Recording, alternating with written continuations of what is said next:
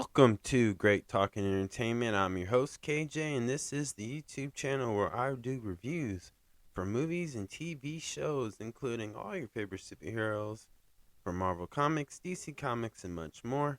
Please subscribe to my YouTube channel, Great Talk and Entertainment official channel. Now let's go, baby. Welcome back to the YouTube channel, everyone. My name is KJ. And today's spoiler review video is Season 2 of Daredevil Born Again, Episode 6 spoiler review. So if you have not seen this show, please pause this. And before you go, could you hit the thumbs up button, aka the like button? That will help my YouTube channel out, and I truly appreciate that. Come back and let me know what you think about a Season 2 Daredevil Born Again, which is available now on Disney+. So, again, this is a spoiler review. Y'all been warned? No, let's get into it.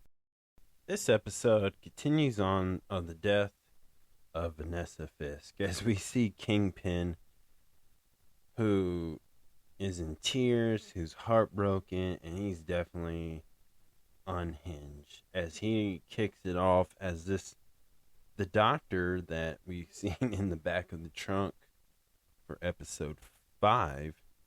This is the moment before he was dead.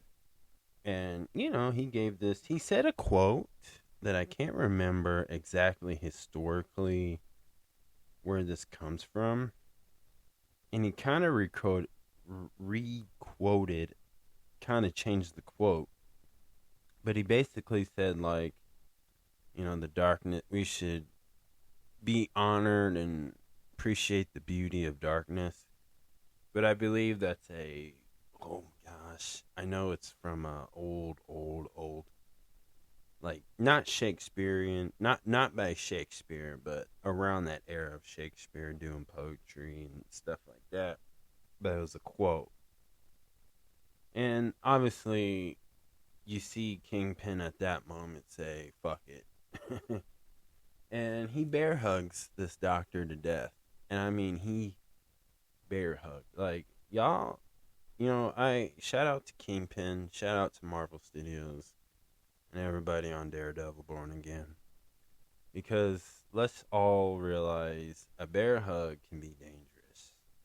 If you have the right type of person like Kingpin, a good bear hug can crush you badly.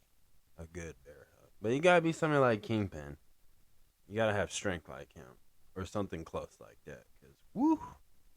It's a hurt. It hurts. Because when that doctor fell to the floor, he had blood vessels in his eyes just popping out. And obviously blood was coming out of his mouth.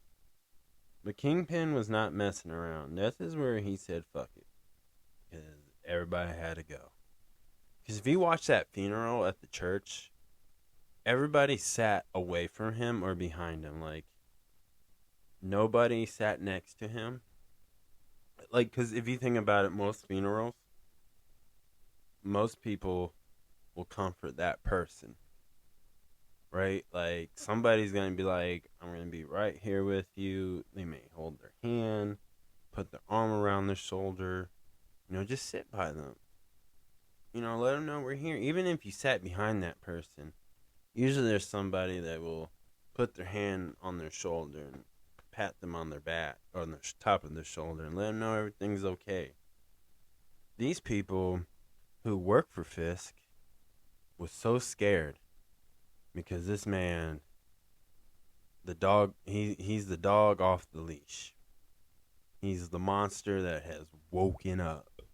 And Vanessa Fisk was the buffer between him and the whole world of New York. And it is going to go down. That's all I got to say, which it did. Because in this episode, we've seen a lot of people who were, sad. The public was sad for Vanessa Fisk's death. But there's also people who, the rebellious, who stands up with Daredevil and stuff, were protesting hard and letting people know they're glad she's dead, and Mayor Fisk, he's got to leave, he's got to get impeached. which it seems so impossible. And this, to me, my God, this is like art imitating life as it is today. And what a powerful message to send to the audience, to the people who are watching this. And like, it was such a powerful political hidden message in there. And I think that's really cool that they put that in there. And I think it's really neat that they're acknowledging what the viewers, the fans of this type of show are just dealing with. So I appreciate them showing that. But we see Kingpin again.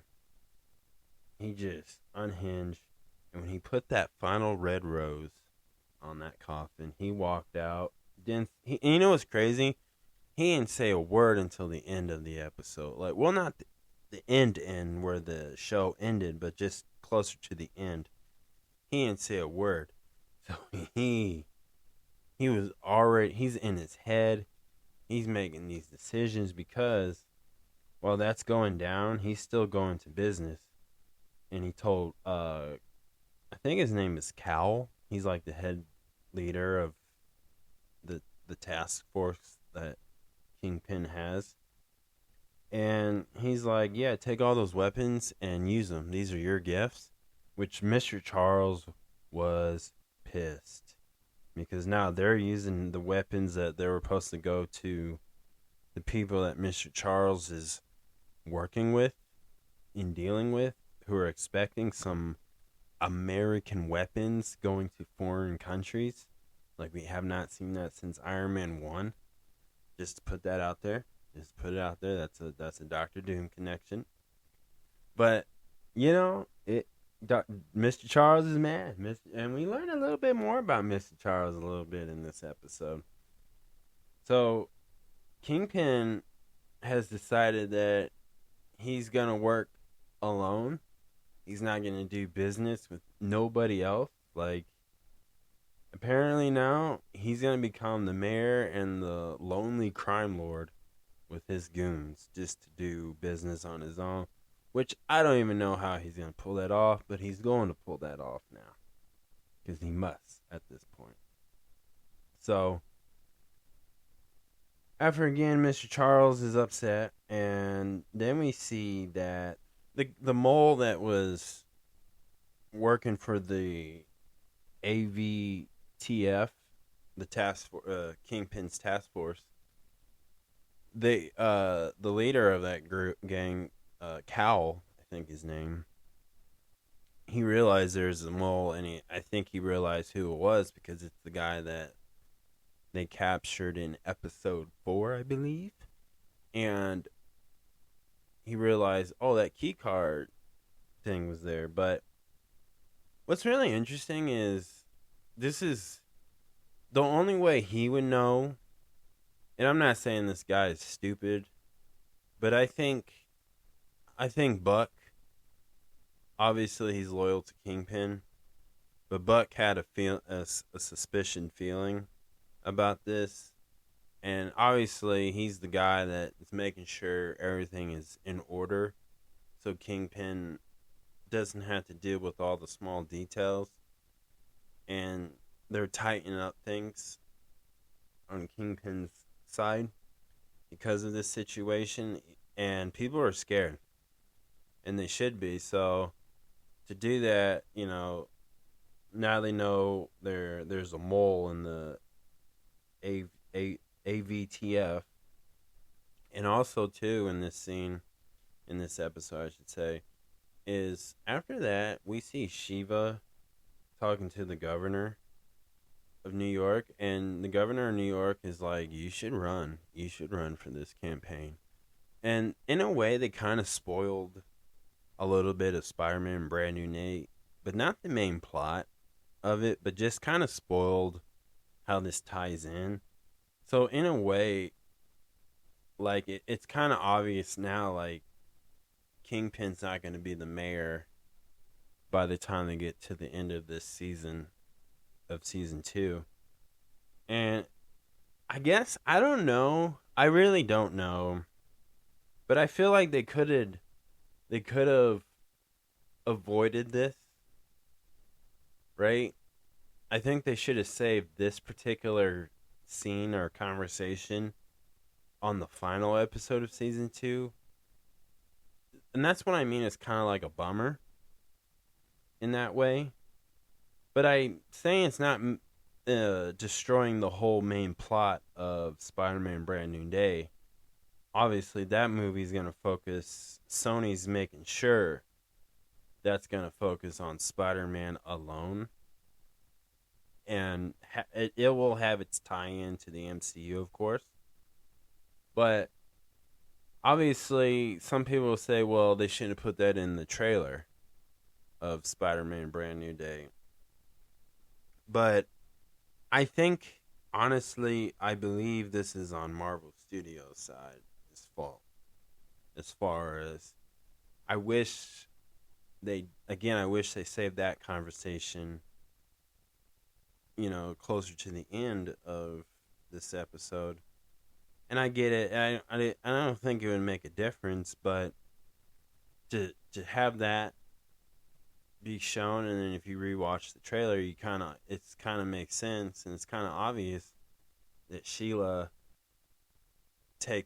runs mayor for New York. So, which a lot of people are speculating that's going to be Luke Cage, right? And honestly, and I'll explain why later, why I don't think Luke Cage is going to run for mayor, unless it's been confirmed.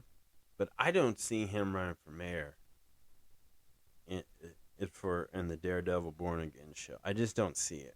But in this scene, they're seeing that, and then we see Buck,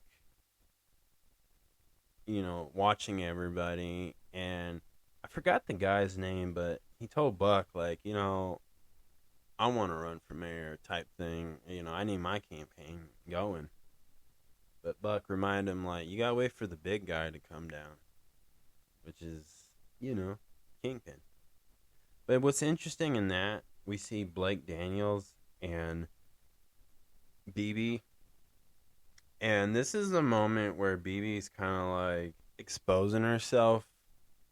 And I think Daniel always knew that she was leaking out information.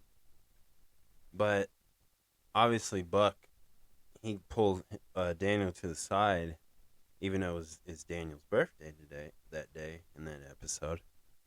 But he's kind of like, okay, this is what you're going to do. You're going to you're going to hang out with her, have dinner with her, whatever. And you're going to tell her something. And you're going to see if she takes the bait. And if she is, you're going to have to handle it. Right? And Daniel doesn't want to do that, but he's going to do it because he's going to show loyalty to Kingpin. Because now he's in the big leagues. So it's very important for, to see that. And also, too, we're seeing now, I think, honestly, I don't know where they're going to go with BB. I don't think they're going to kill her off. But I think they're going to kill off Daniel Blake. Because I think him just spending time with her, he does have feelings for her. And so it's kind of like I'm leaning towards more of Blake being killed off. Because I think Buck is going to have to make that decision for him. Because Buck doesn't hold back. Buck's really loyal to Kingpin, obviously. And I think he's the most loyal. The second person to ever be loyal to Kingpin is Wesley from the Daredevil series. And they made that very clear, too. Now, also in this episode, we finally get to meet a new Marvel character that's got introduced. And we get introduced to this little girl named Danielle Cage, who is the daughter of Jessica Jones, who we finally see, and Luke. Her dad is Luke Cage. Now, Luke Cage wasn't in this, but obviously Mr. Charles sent some thugs and stuff, and Mama had to handle some business, And we're seeing this viewpoint from the little girl's viewpoint of it. And she's playing with a bomb, but luckily her mom grabbed it. But what's interesting, they played the theme song to Jessica Jones's show from Netflix. And there was a lot of purple because that's Jessica Jones' thing. But also it kind of reminds everybody who was the main villain from season 1 of Jessica Jones and stuff. So that's pretty cool. A little callback. But what's really interesting, Daniel Cage in comic books becomes Captain America in the future. And that's going to be a very interesting thing because she's a little girl. So how long? Obviously, I think they're going to recast her, this character, in the future. Maybe not. Who knows? I'm not saying they are. But that's an interesting move to put in there. Because now, now there's like another Captain America. Obviously there was Steve Rogers. It's technically Bucky Barnes, aka the Winter Soldier, even though he's never taken the manual of Captain America, but it's very well known in comic books that Bucky Barnes has taken the mantle of Captain America. And then John Walker, who becomes Captain America.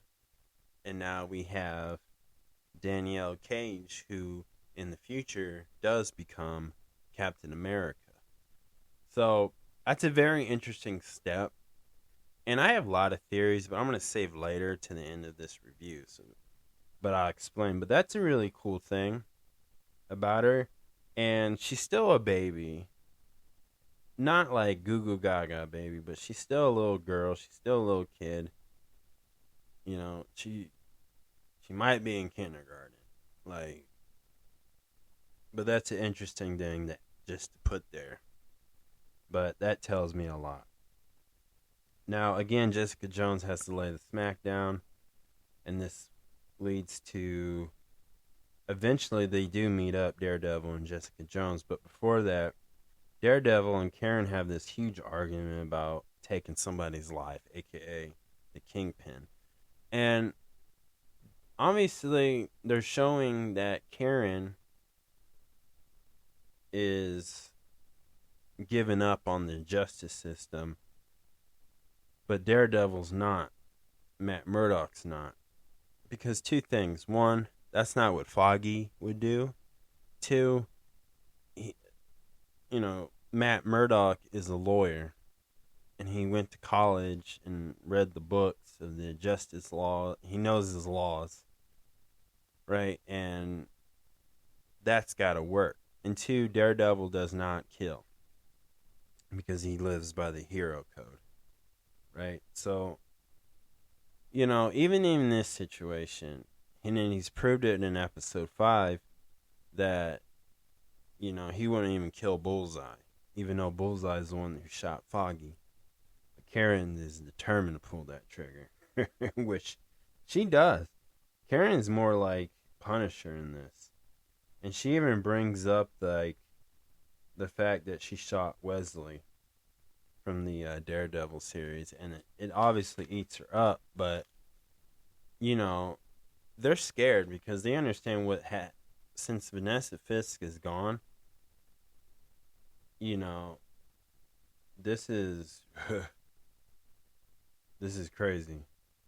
But also too, I'm glad they're going this story with Karen, because I believe Marvel's, and I truly believe this, I believe Marvel's gonna bring back Elektra. I believe season 3, this is gonna be about Elektra and Daredevil. And Karen and Matt Murdock, it's obviously these two are not gonna be in a relationship. These two are gonna eventually break up. And now, this time, they're not breaking up because of Matt Murdock being a vigilante. Not because, apparently he has a foot fetish. That's where they explain in episode 5. Not hating on that. It's not because he's a player and he's a ladies' man, nothing like that. This time they're breaking up, or they could break up, because Karen wants to go full Frank Castle Punisher mode and just start pulling the trigger on everybody that is associated with the Kingpin, Bullseye, Moose, whoever, right? Like it, and I like that because again, it's bringing me hope that we could get Elektra, and I hope she shows up in this season. So the next scene too, it goes back to Kingpin, and it seems like the political party again is ready for a new mayor, and it seems too, because when we get to BB and Daniel hanging out for his birthday, he does rely the method, and he's like, "You cannot tell nobody, friend to friend. You can't spill this." And he's like, "Mayor, Kingpin, he has no interest of rerunning for mayor again." And obviously, I don't think I think that's a false. I think that's a fake information, because I think Kingpin is going to run for mayor again and stuff. Or that's what he believes he's going to do. And again, this is just showing it like it's a split city now. There's people who support Mayor Fisk and there's people who don't. And it's getting very intense out there. Right? And then we get to where we have Daredevil and Jessica Jones. They're pretty much at this warehouse where they moved all the weapons and materials that were supposed to go to Mr. Charles's other clients. And what's interesting is when Jessica Jones and Daredevil are at the roof, she mentions like, "Hey, ever since I gave birth to my daughter, my powers have a delay." So, and she's hurt, and Daredevil notices it. And I have a lot on that I'll talk about later. But there's some key points that in that conversation that they mentioned besides, Jessica Jones's powers and abilities are kind of acting up a little bit. Unusual in a way. But apparently there's like 6 other, terrorists in like foreign countries. And I think he said they're kind of like poor. But I'm not sure if he said it like that. But they want some weapons. And again, this is like a callback to the Iron Man movies. Right? Like, it's like, I thought you would think since phase 1 from the Iron Man movies, they kind of stopped that. Right? You think Tony Stark, but now you got these other crime organizations who is doing business with Kingpin, is trying to get some weapons from him, but they obviously blow up that whole building and stuff. And what a good thing. It's the fight scene with those two, Jessica Jones and Daredevil, it's the same vibe as Daredevil and Swordsman, Jack Duquesne. It had that really good choreographic fighting scenes. And it was interesting. The one thing I was sad, it was very short appearance of Jessica Jones. I was hoping more because they promoted it like she was going to be a big part of this show. And now, hold on now, she could show up in episode 7. But from this, it just seems very too short. Right? I thought she was going to be bigger and part of the episode. But I understand, too, one excuse that they can use in the story is that Jessica Jones has a daughter and she has to, check on her daughter. So that's a good reason. But as far as just being a fan and watching it, I was just hoping to see more of Jessica Jones. So that's honestly, my only complaint was just short. But I understand too, in the story of this, obviously the easy answer is she had to go back and be with her daughter because she's a mom now, so she has other responsibilities. So, it's an easy cop out, but that's probably the main reason why they kept it short. So then the next scenes start getting really heated up.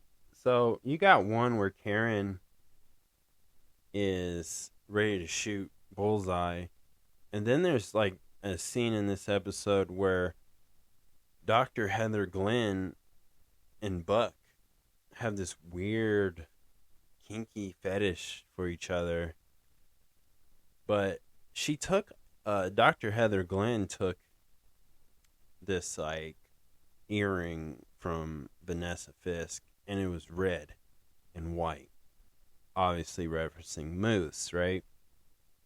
And Bullseye wakes up and he's ready to go. He's like, "Go ahead, girl, pull the trigger." And what I like about these two is we're seeing character growth from these. And honestly, I could be wrong, and I probably am. And it's just me with high hopes. But this is, to me, what I got out of the two is the two characters, Dr. Heather Glenn, or just Dr. Glenn, and Karen. I feel like they're going to become more important characters of future MCU projects. I mean, they could be. Because they added new layers, more character in depth. For Heather, this is like, in a way, the beginning, or not the beginning, but the start of her villain origin story. The difference between the beginning and the start of it is the beginning of it was episode 1 of this season. She understands she's dealing with a lot of trauma, in way she purposely changed Jack Duquesne's report and purposely made it sound like he's a psycho, he's a maniac. Realistically, she was validating herself, right? But the thing where Buck comes in there and say, "Go ahead, girl, choke me out, get out of your system," which is the most unhealthy thing to do. I just want to put that out there. Like, that is the most unhealthy thing to do. But he was gaslighting her and manipulating her to become the female version of Moose, which that's where it's more day clear that that's where they're going with her. And to me, this is very important because I think Karen is gonna leave Daredevil and start her own rebellion group. Now remember, and this is a callback, I was digging deep about an idea before I go on this summary, but if you remember the Disney Plus series Falcon and the Winter Soldier, they kind of had a rebellious group. They did have a rebellious group. And obviously, they wanted that super soldier serum. And obviously, they got it. And these are just regular people who just had enough of the government, had enough of what was going on. And obviously, they come from like another country, a foreign country and stuff. But it kind of has the same vibe to it. And why did I bring this up is because, this is another way you can have these characters meet. Bring in other characters from the other Marvel series, or just add them into another Marvel series where they kind of meet up. But Karen, I think, do you remember, if you guys remember in season 1, there was the task force that helps Kingpin were huge like cult like fan base of Frank Castle, and I think she's gonna have that influence now. I think she's gonna have a rebellious group kind of like that, because now I think she's starting to understand why Frank Castle does what he does, and I think she's gonna roll with that. That's where I'm thinking.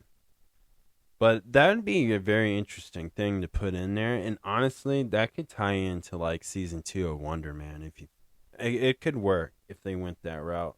But I'm glad that they did that, because this shows me like Karen and Dr. Heather Glenn are going to be very important characters throughout the MCU, I think, in my opinion.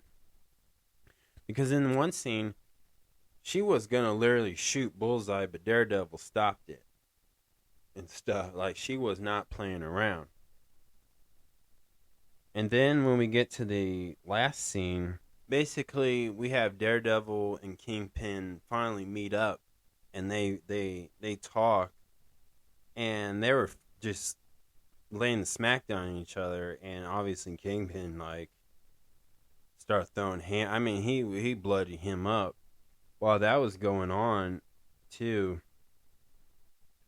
you know, the rebellious protesters plus Karen and White Tiger, you know, they put this giant projector screen video of people all got locked up and stuff, and showing videos of people saying Kingpin locked me up, Kingpin locked me up type things.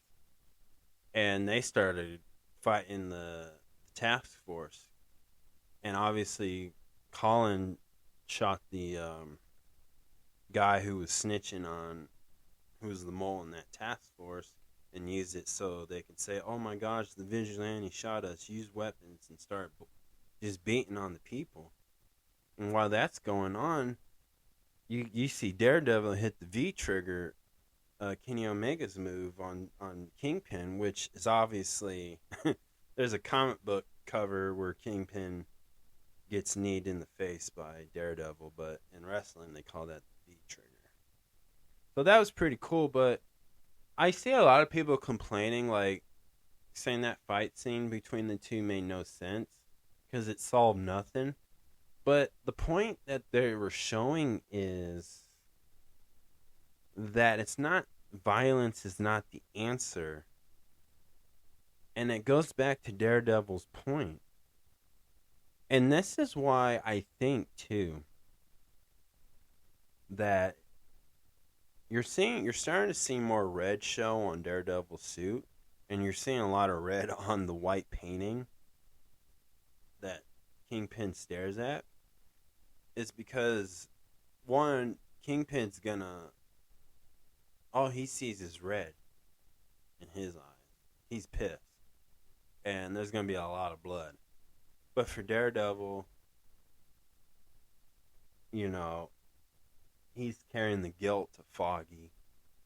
He's carrying the feelings of the innocent people, which I believe it comes down to, it looks like it's going to be more of Matt Murdock just being himself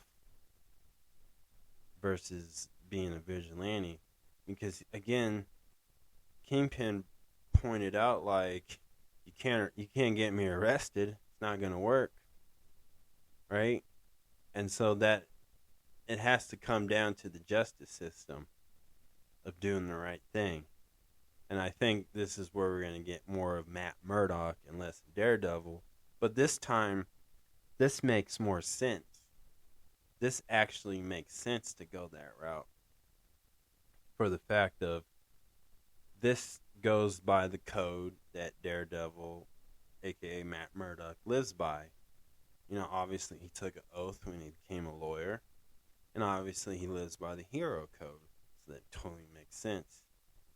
If they find a way to take him to court, you know, get him impeached, right? So they're teasing a campaign, they're teasing it, and it's now the justice system has to be on their favor to take down Kingpin. And then at the end of this, Karen her wig gets snatched, which that's so weird, made no sense. But you know, Colin points a gun at her, and that's how it ended. So really awesome. This is a 10 out of 10 episode for sure. I liked it because this just was showing like you know testing Daredevil's ability. Like, can he live by that hero code? And how can he be so forgiving? Because, again, just the origin story of Daredevil, he's been through a lot as a child. Obviously, he became blind due to a car accident that had chemicals in the back of a truck. It blinded his eyes. He lost his dad. His mom was crazy, and it was Maggie the whole time. And then, he created a long-term best friend relationship between Foggy, and he watched his best friend die, which I don't think he's dead. And the thing with him between him and Karen takes a lot on him. So he's definitely living that superhero responsibility life where, as usual, superheroes don't really have they have to lose everything to save everybody else. Because if you remember the fight scene where him and Jessica Jones, who, if you watch that series, she's never been about taking somebody else's life, but she kicked out like a giant tank or like a missile type thing, and Daredevil just swung by and saved one of the task force members because it exploded, obviously. So he is living that superhero code, and I don't think Jessica Jones meant that on purpose, but they showed a scene where one of the guys are just shooting for no reason, not even like aliens, just shooting like boom, boom, boom, boom. So she was, and obviously her powers are delayed, so it made sense. But and I'm not saying Jessica Jones is a killer, but the idea of like Daredevil's just going to be a hero and he still believes in it, even when times like this are dark and they're about to get more, difficult in the sense of like where it could be at. And I think that's important to recognize too. Like, if Foggy's the good angel, then Karen is like the devil. Not Daredevil, but the devil on his shoulders.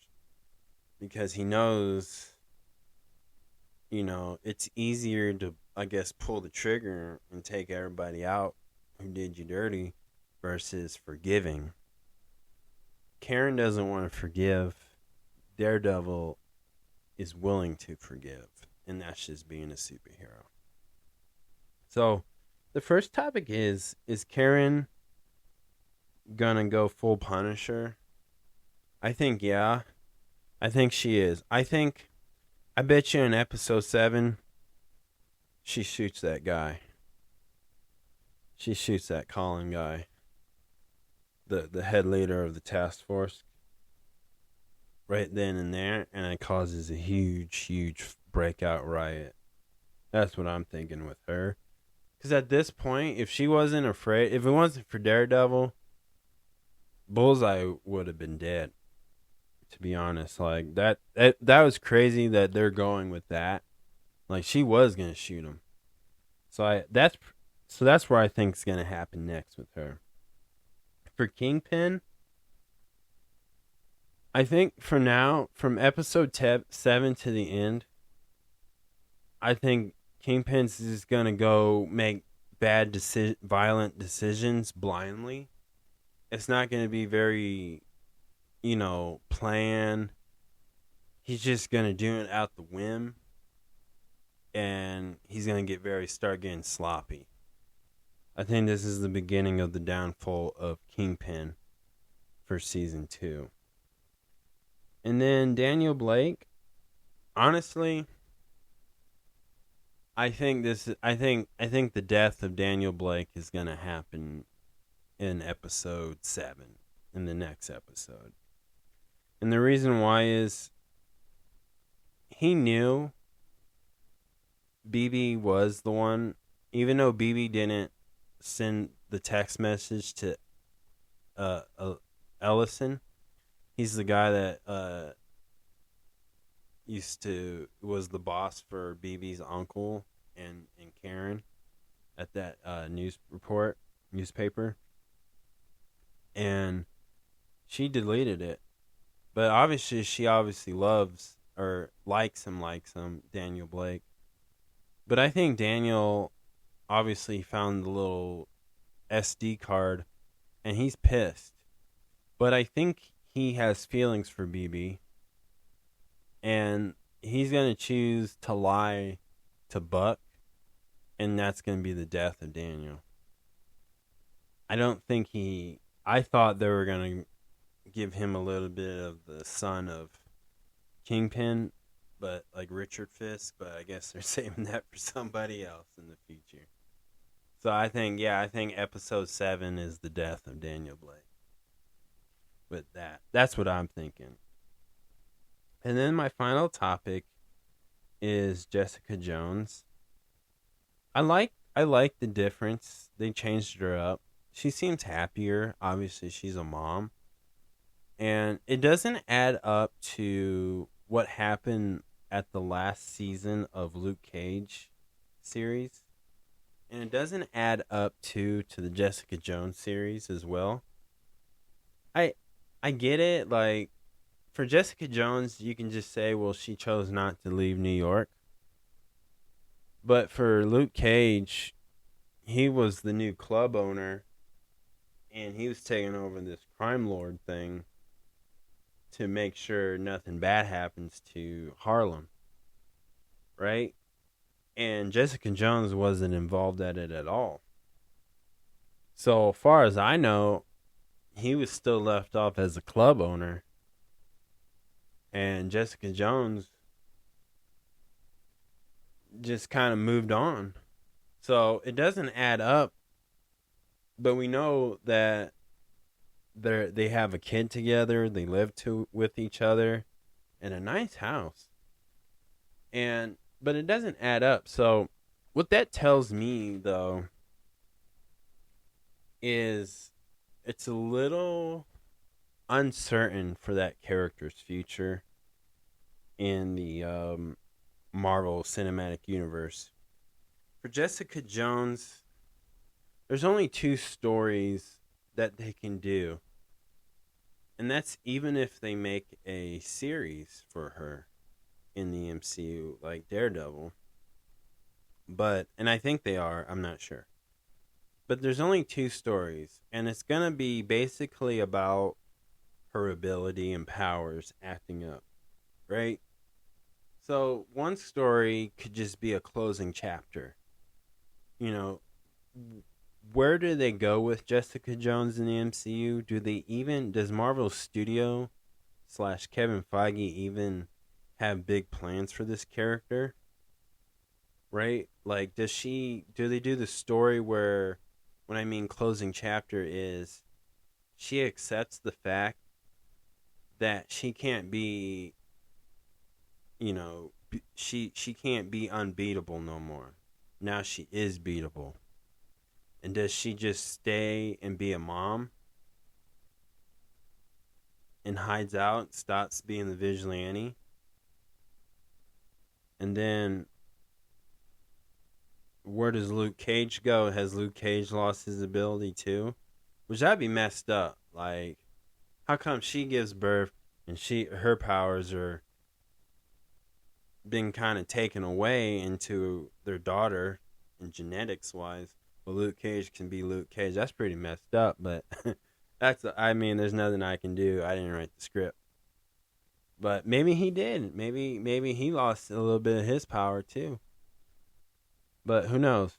But as far as that, it just seems like if they do a closing chapter with Jessica Jones where they don't use Jessica Jones ever again in the MCU, but just one more time, I can just see her stepping back and just raising her daughter with Luke Cage, or if they do have big plans, maybe like this is their way to just make it simple in the live action of the Marvel Cinematic Universe.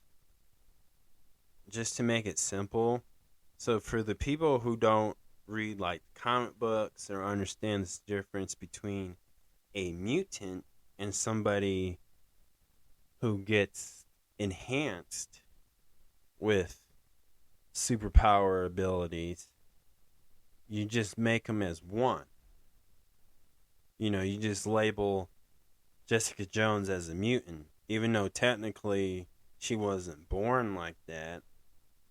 She was giving this ability through an experiment that's based off the way Captain America, Steve Rogers, was given the super soldier serum.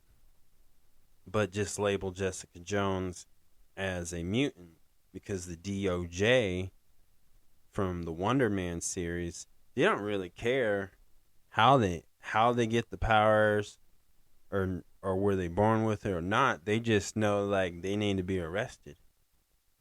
And if you remember, Jessica Jones reveals that Mr. Charles tried to recruit her and her other friends, and some of her friends did want to be recruited, right?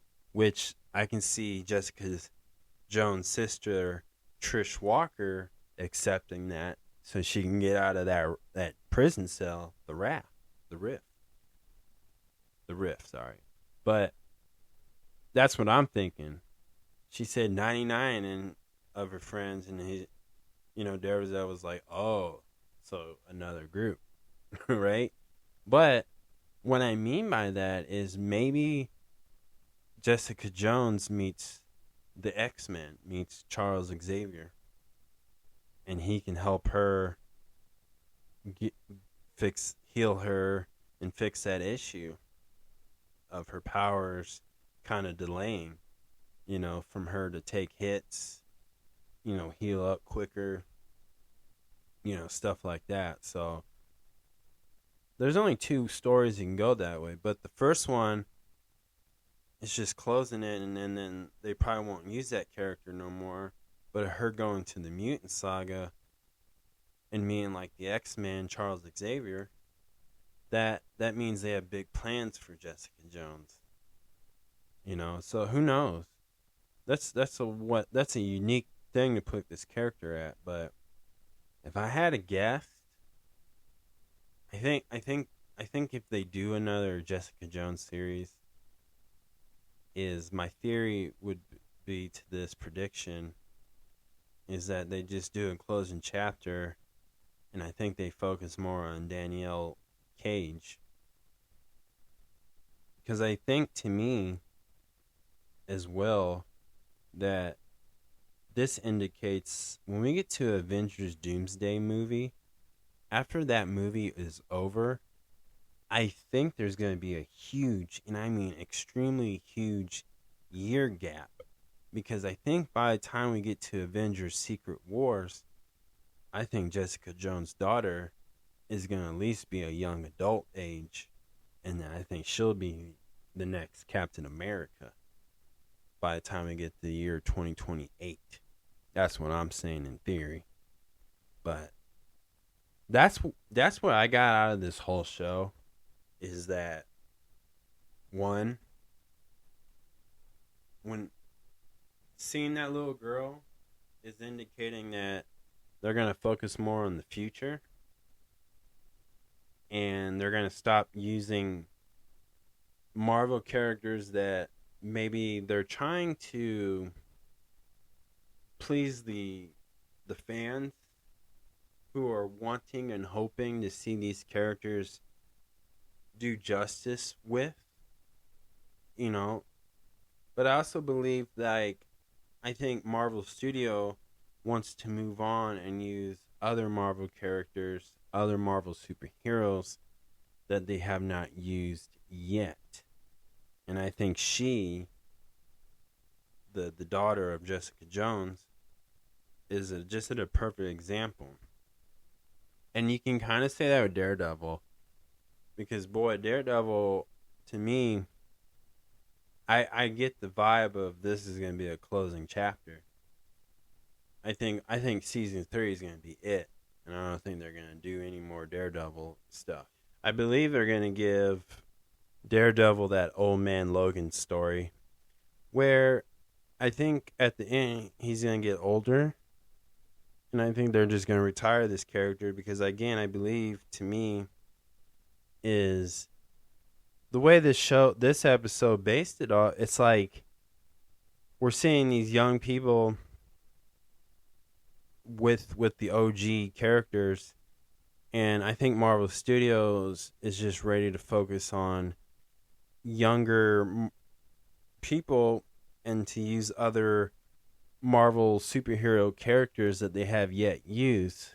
So I think this is all tying in where the OGs kind of retire, right off into the sun. You know what I'm saying? Like you'll still have your Spider-Man, and I'm sure you still have your Wolverine and your Deadpools and your Sam Wilson and stuff, and the Thunderbolts members.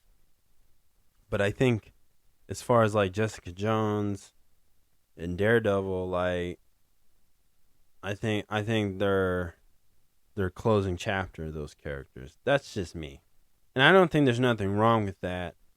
But I really think now they really want to do a Young Avengers as well team up.